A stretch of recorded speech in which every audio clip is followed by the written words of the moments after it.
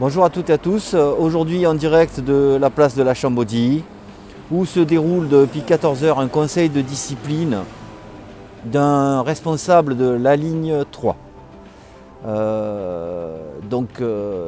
Récemment, nous avons écrit un tract sur des faits suffisamment graves qui se seraient déroulés sur la ligne 3 où des agents victimes de harcèlement ont été entendus et une enquête de police a été menée avec des perquisitions qui ont eu lieu à Pelleport et on a même parlé de garde à vue.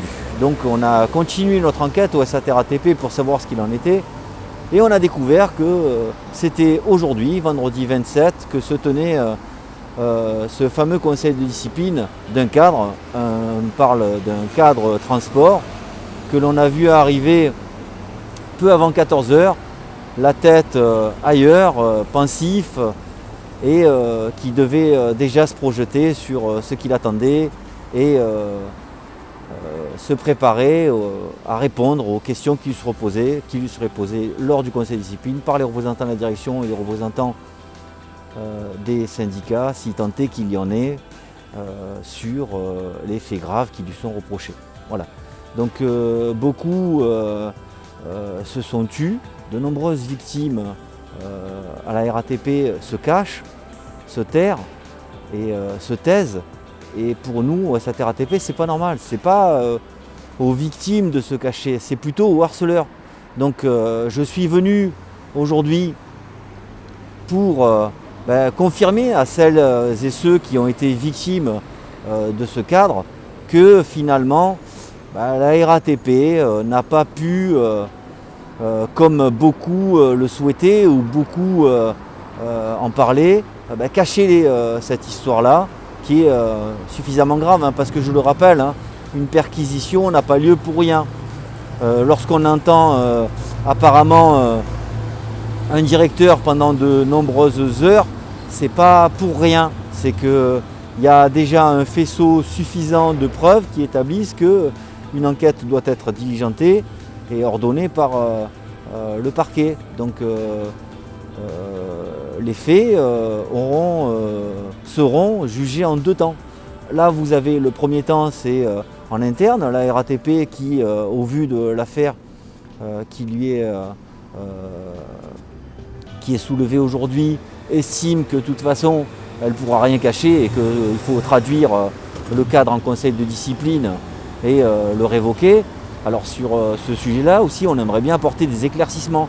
Croyez-nous, au SAT-RATP, on fera des pieds et des mains pour savoir si, oui ou non, comme on l'a entendu durant cette période, il sera proposé aux mises en cause de quitter l'entreprise entre le conseil de discipline et le courrier de révocation qui lui sera adressé par son directeur de département, d'accepter de sa part une rupture conventionnelle. On trouverait ça scandaleux, ça on l'a entendu, c'est pour ça qu'on en parle, et on va continuer à enquêter et à apporter notre soutien aux victimes, parce que la partie la plus importante de ce volet harcèlement, c'est de prendre en charge les victimes rapidement, de les identifier, de les soutenir, de faire en sorte qu'elles libèrent la parole, qu'elles puissent aller consulter des spécialistes,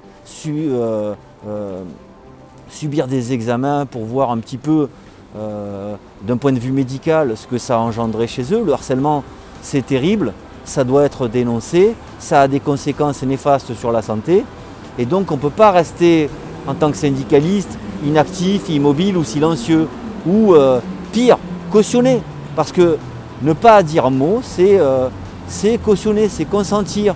Alors on nous a dit, oui, mais le cadre a le bras long. Non, il n'a pas le bras long, c'est faux. Il a juste tonton, mais tonton est aussi emmerdé dans l'affaire. Donc tout le monde aura à rendre des comptes. Les victimes doivent sortir de chez elles, se rapprocher d'une organisation syndicale et faire du bruit. Et aller au tribunal afin d'être déclaré victime de harcèlement, et ainsi commencer à se reconstruire. Et l'entreprise devra assumer les actes commis par ses délégataires. Et enfin, les choses pourront rentrer dans l'ordre. Donc voilà, pour nous, SAT RATP, on a estimé qu'il était important d'être là afin de montrer aux victimes qu'il ne fallait pas se cacher. Je vais vous montrer la salle dans laquelle se déroule le conseil de discipline actuellement. Voyez le bâtiment en face, au premier étage, au-dessus du restaurant. C'est là que se déroule le conseil de discipline actuellement. Voilà. Ensuite, pour ceux qui doutent, voilà, je suis bien à la Chambaudie et en face de moi, vous avez bien le numéro 19. Voilà. Chères victimes, le SAT RATP vous apporte tout son soutien. Et n'hésitez pas à prendre contact avec nous. Nous vous mettrons en contact avec des avocats, des spécialistes de la santé, des psys, pour vous apporter tout ce dont vous avez besoin. En priorité, le réconfort. Et puis, vous faire entendre que vous êtes bien des victimes. Voilà. Que vous n'avez rien cherché, que vous ne méritiez pas cela et que cela ne doit jamais plus se reproduire au sein de notre entreprise. J'en ai fini et je vous dis à très bientôt pour la suite de cet épisode Ligne 3.